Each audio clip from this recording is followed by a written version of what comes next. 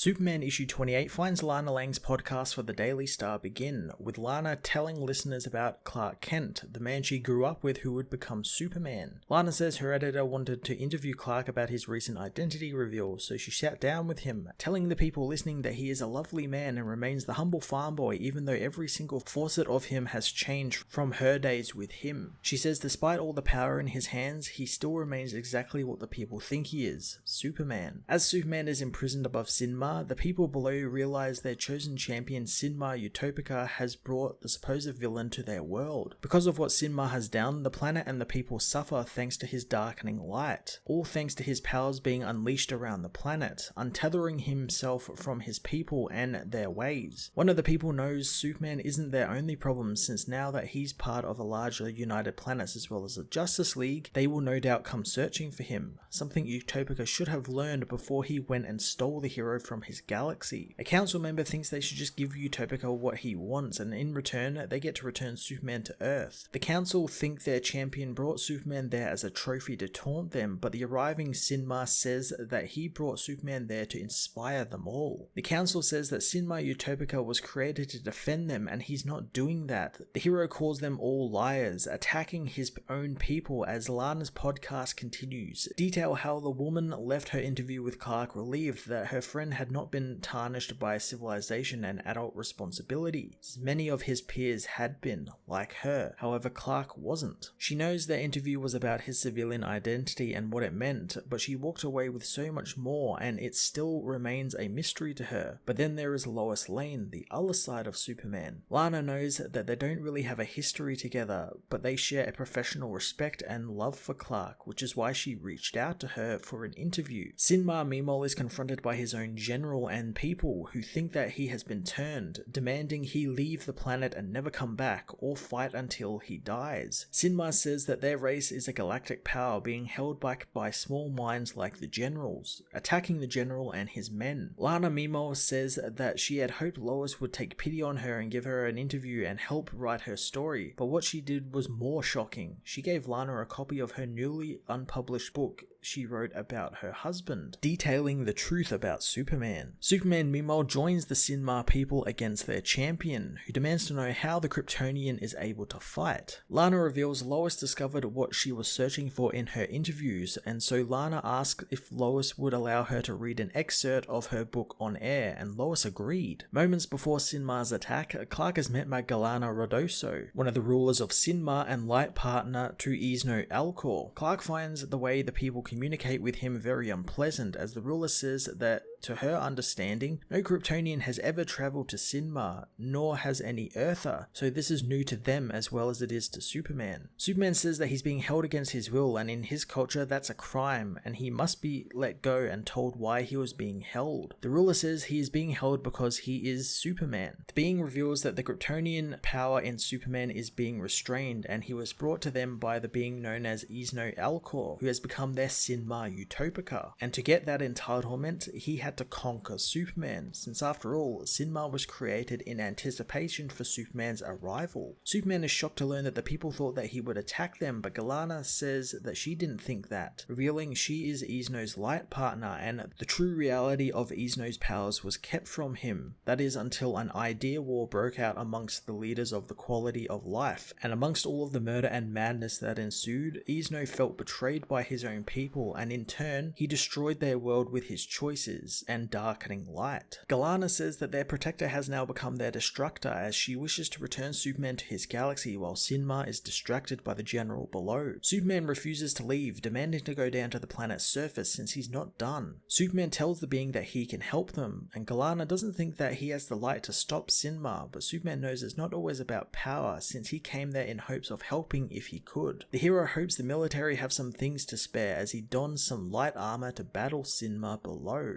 Lana continues her podcast, reading an excerpt from Lois's book titled The Man of Steel, asking what does Superman need? Lois's passage reveals her mother asked her this question the first time she told her she was in love with an alien superhero from outer space. She remembers how her mother asks what does Superman need from her? Lois knows her mother was scared for her daughter, but knows she recognized Superman's brilliance and devastating kindness, and knew Superman would never hurt Lois in any way. As Superman's battle with Synmar intensifies, Lana continues Lois's book passage, revealing Lois's mother couldn't understand what Lois was getting out of this deal. Lois says that she looked at her mother dead in the eye and said that Clark is getting love. Lois knows it took her a while to see this, but Superman needs the people and some of them need him so much they can't see it. Superman tries to get Isno to surrender his power, as Lois knows many of them would think so little of themselves to never consider Superman needing them. But he does, and while many might think that needing is weakness, it's not, since everyone needs, and needs is one of their biological programs, since need means they are part of society and can count on one another. Lois knows that Clark likes reminding people that kindness is not weakness, as many often mistake it for, and the same goes for need, meaning if a normal person needs as much as they know they need each other,